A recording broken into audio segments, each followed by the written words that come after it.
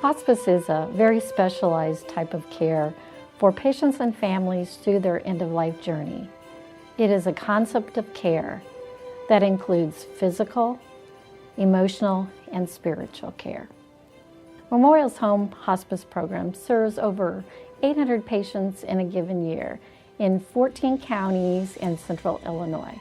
We are a home hospice program and care for patients in their own home, a nursing home, or wherever they call home. We've had several recent recipients of the Sharing Wishes Fund. One of our patients had a grandson that was turning 2. Her wish was that she could have a family birthday party and surprise the kids with a bouncy house. So Sharing Wishes provided the funds to rent that bouncy house and provide party favors and some food. And they were all really excited about this.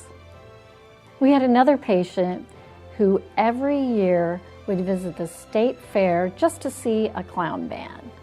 We looked very hard for a clown band and couldn't find one, but we did find a clown who visited his 95th birthday party. And we had yet another patient who really loved to fish. So he wanted just to go fishing for that one last time. So the Sharing Wishes Fund was able to give him money to buy bait, tackle. We even bought him a cooler with snacks for the day. Later, we did receive a photograph from his family that included his catch of the day.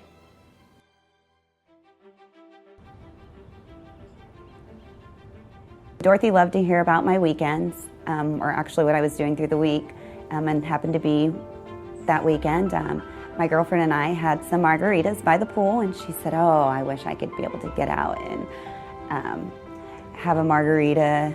And I said, "Well, Dorothy, you know, we do have this thing, it's called the Sharing Wishes Foundation." I said, "We could submit your wish and we could see if it, you know, will get granted." I happened to ask her also, I said, "Is there anything else you would like to do besides go out and have a margarita?" And she goes, "Well, you know, I am a big fan of Lincoln." And I said, "You are?" And she said, "Yes." And she goes, "I would love to go see the Lincoln Museum." She's like, "I'm born and raised in Springfield.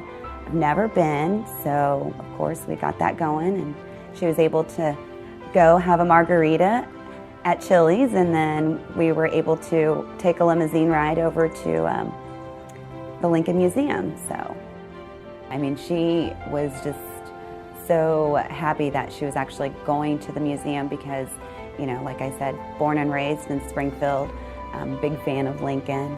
So getting there, the look on her face, I mean, was just so rewarding.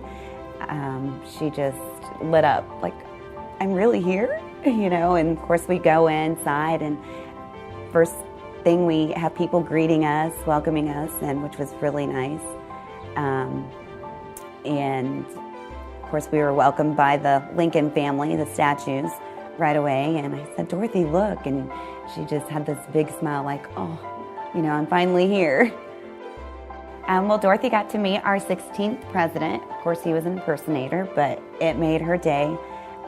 He was so kind to her.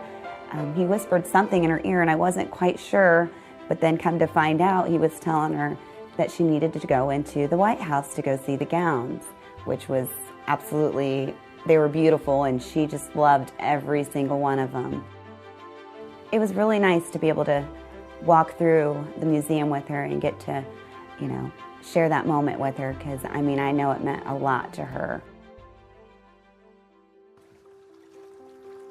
Well, a little bit of the backstory was that we had, actually our adult daughters had joined us for family vacations, continued to do that over the past few years.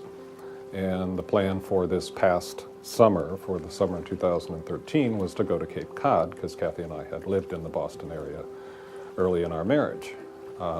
That fell through after we had it all planned out because she couldn't make it on the plane. So we thought, where else can we go that would also give us a Cape Cod-like, next to the water, on the beach, on the boat, so forth, environment. And we thought of Mackinac Island. and also that is drivable, so that we didn't have to lose the airplane fare and all the things that go along with that. So we had all that planned out, and then she was not able to make that long of a car ride.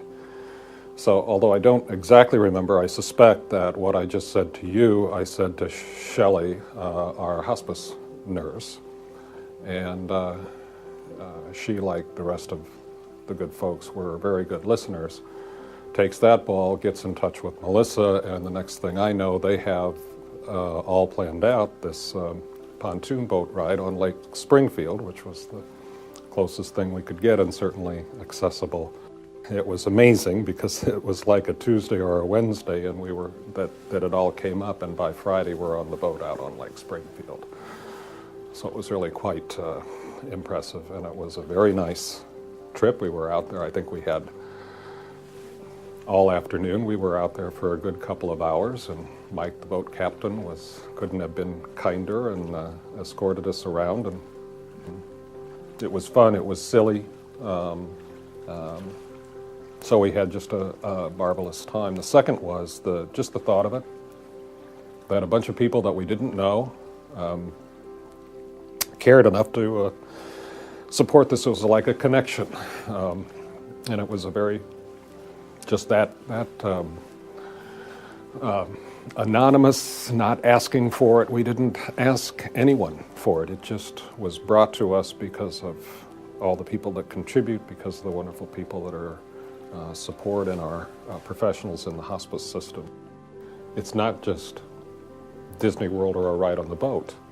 It's, it connected up and addressed some disappointments that we had trying to do other plans. So here we are right here in Springfield, and a bunch of people show up and allow us to have a surrogate for something that we were otherwise unable to do, precisely because of the disease that she's fighting. So it just had that much more meaning. The staff that care for patients really, truly are very special. They're very compassionate, and it takes that type of person to work with patients who are at the end of their life. I think hospice is a calling, and I think it's something that makes a difference in our day-to-day life. I think that every little gift that we can give to the patients and their families we come in contact with is beneficial to them. One of the things that struck us about the program in general is how direct and frictionless it was. It just happens. It is amazingly unbureaucratic and just delivered with very little fanfare. If anyone were ever thinking, if I were ever thinking for myself, what I could contribute to that would get to exactly where I wanted it to go as fast as it could get there with the least amount of friction, it would be this program. Dorothy's trip literally didn't cost much, and I mean, it was everything to her, even though it was just a little bit. So, I mean, our foundation is a great thing to have because it just makes so many dreams come true. I hope to see that fund continue to grow so that Sharing Wishes can give more to our families and their patients. I want everyone to remember that no wish and no donation is too small. Everything makes a difference.